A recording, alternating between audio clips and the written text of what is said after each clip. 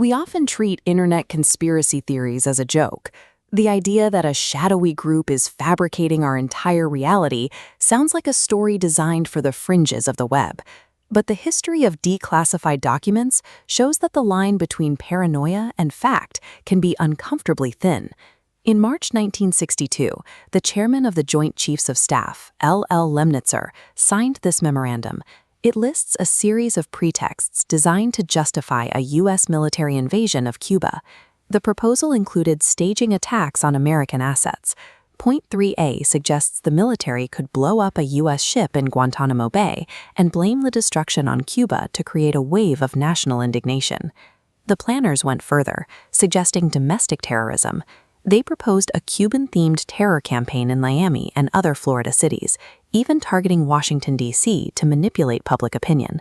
This plan was known as Operation Northwoods. While it was never executed, it was not the work of a lone extremist. It was a formal strategy drafted and approved by the highest levels of the American military. When the public learns that top-tier institutions have plotted to manufacture a fake reality, the psychological foundation for extreme distrust is set. It creates a historical precedent that makes even the wildest modern theories feel plausible. Our world has moved from the era of locked filing cabinets into a landscape of sprawling server farms and instant data. But that transition has carried a heavy piece of baggage. If the government could plan to stage a physical war with a typewriter, how do we know what is real on a screen today? The realization that reality could be staged created a vacuum of trust. Into that void stepped the dead internet theory, a digital age heir to Cold War paranoia that began circulating on obscure image boards in the late 2010s. The strong version of this theory claims the internet officially died around 2016. It suggests that a government psyop using bots has completely replaced human activity to gaslight the entire world population. While a massive, secret cabal faking the whole internet is a stretch, the actual mechanism, a reality fabricated by machines, is becoming a verifiable part of our daily lives.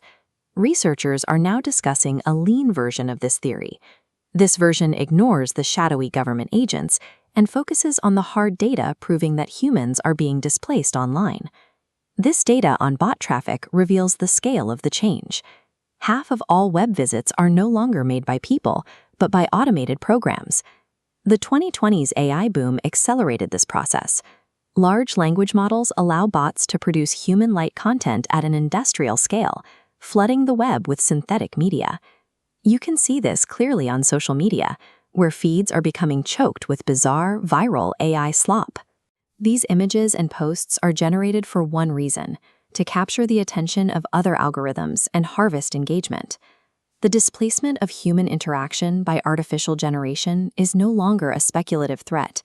It is a structural shift in how we receive and process information every day. Automated programs are now interacting with each other in closed loops, creating content for an audience of other machines. On platforms like X and Reddit, bots reply to bots, creating self-replicating prompts and the illusion of public consensus that does not actually exist. This is a departure from the Operation Northwoods model. That 1962 plan relied on a handful of masterminds in a room, dictating a centralized deception. Today's digital fabrication is decentralized. It is driven by engagement metrics and profit incentives, with no human oversight, as algorithms endlessly feed into each other.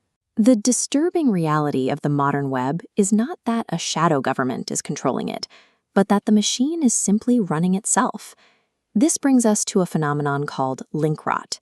The human-made, historical foundation of the web is slowly disappearing as old sites break and original content vanishes. Because the human web is shrinking, new AI models are being forced to scrape an internet filled with their own slop for training data. This creates a closed-loop system where AI generation feeds the web, which then feeds back into AI training data, steadily degrading the quality of everything the machine produces. We are approaching a state where finding a verified fact or a genuine human connection online becomes an almost impossible task. It is the construction of a Potemkin village on a global scale. The bustling activity we see online hides the fact that we are increasingly wandering through a digital ghost town. We have moved from the intentional, human-designed deceptions of 1962 to the unintentional, algorithmic deceptions of the present.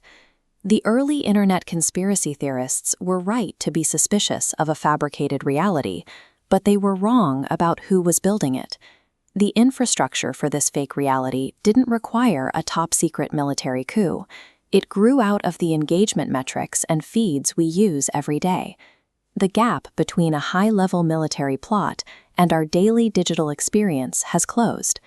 The deceptions once outlined in top-secret files are now a standard feature of the technology in our pockets.